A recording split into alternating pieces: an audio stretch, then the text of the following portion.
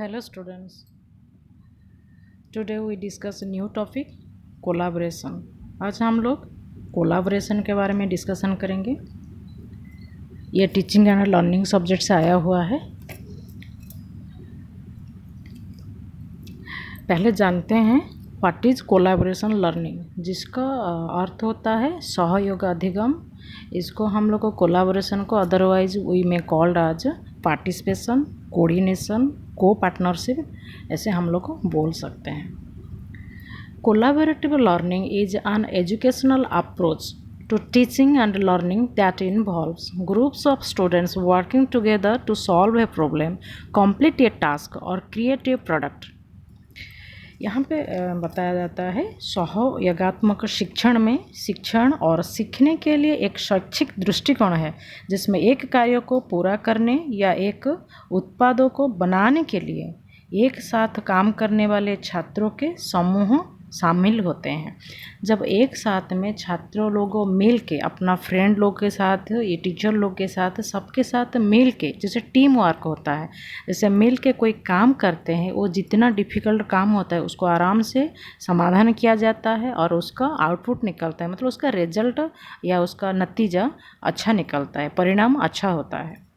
According to गैरलैक, collaborative learning is based on the idea that learning is a naturally social act in which the participants talk among themselves. It is through the talk that learning occurs. सहयोगात्मक शिक्षा इस विचार पर आधारित है कि सीखना एक स्वाभाविक रूप से सामाजिक कार्य है जिसमें प्रतिभागी आपस में बातें करते हैं। यह उस बात के माध्यम से होता है जिससे सीखने की क्रिया शामिल होती है। जैसे यहाँ पे बताया जाता है, ग्रुप में जब काम होता है एक दूसरे के साथ अच्छा कॉम्बिनेशन होना चाहिए, अच्छा बात करना होना, अच्छा से बात करना तो होता है, उसके साथ साथ एक दूसरे के साथ एक अच्छा रिलेशन होना चाहिए, एक तो संबंध अच्छा होना चाहिए। जबकि कोई काम को हो या पढ़ाई हो, जो कुछ भी हो, उसको उसका परिणाम तक पहुंचाया जा सके। नेक्स्ट, कैरेक्टरिस्टिक्स, विशेषताएं। Learning is an active process whereby students assimilate the information and relate this new knowledge to a framework of prior knowledge। सीखना एक सक्रिय प्रक्रिया है जिसमें छात्र जानकारी को आत्मसात करते हैं और इस नए ज्ञान को पूर्व ज्ञान के साथ संबंधित करते हैं। मतलब यहाँ पे स्टूडेंट जो इन्फॉर्मेशन कलेक्ट करते हैं हमेशा उनको पिछले ज्ञान जो मिला है उसके साथ वो रिलेट करते हैं। इधर नया ज्ञान उनको मिलते जाता है लेकिन पिछले ज्ञान के साथ कहीं ना कहीं एक कड़ी जुड़ा रहता है, तो उसको वो पूर्व ज्ञान को नए ज्ञान के साथ, पूर्व ज्ञान को नए ज्ञान के साथ जोड़ के उसको याद करना होता है, आत्मसात करना होता है।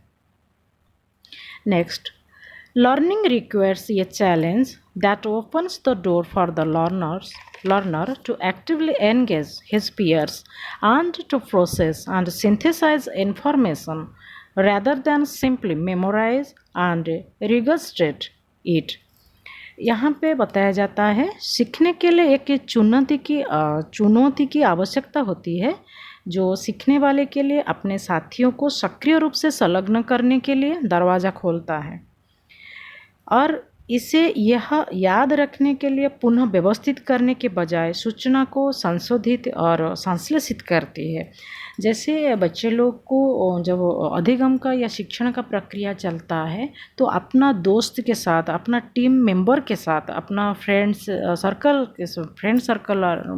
के साथ जब कुछ मैटर को लेकर डिस्कशन होता है या कुछ नया पॉइंट रखा जाता है तो उसको हमेशा बच्चे लोग अपना दिमाग से उसको सिंथेसाइज करते हैं, संश्लेषित करते हैं, एक साथ में एक पॉइंट को जोड़ते जाते हैं, मेमोराइज करते हैं, याद करते हैं और फिर उसको आत्मसात करते हैं, याद करते हैं और उसको हम कैसे अपना काम में उसको लगा सके और उसको अपना जीवन में कभी वो काम आ सके, उसके लिए वो प्रयास करते हैं। Then, learning flourishes in a social environment where conversation between learners takes place.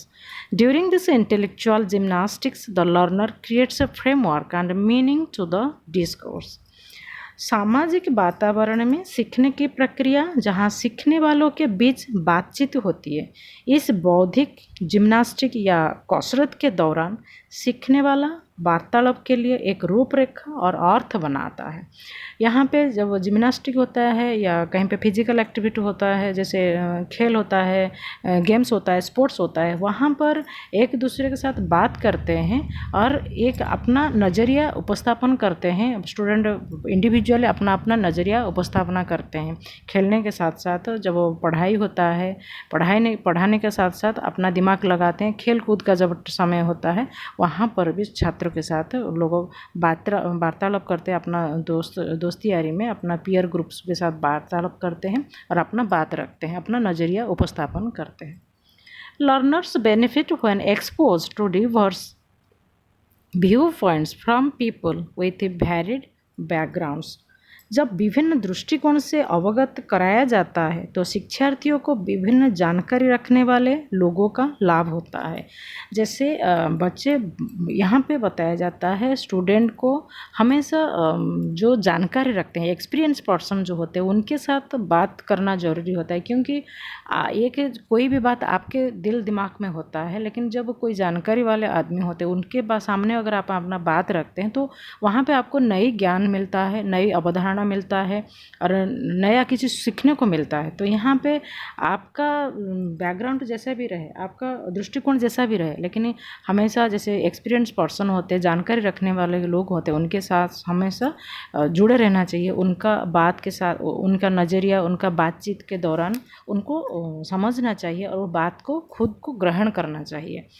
Overall आज हम लोग कोलाबोरेशन का मीनिंग जाने और उसका विशेषता बारे में जाने और कुछ इस टॉपिक को लेकर प्रयास करेंगे काल लेके आने के लिए। आज इतना ही। Thank you.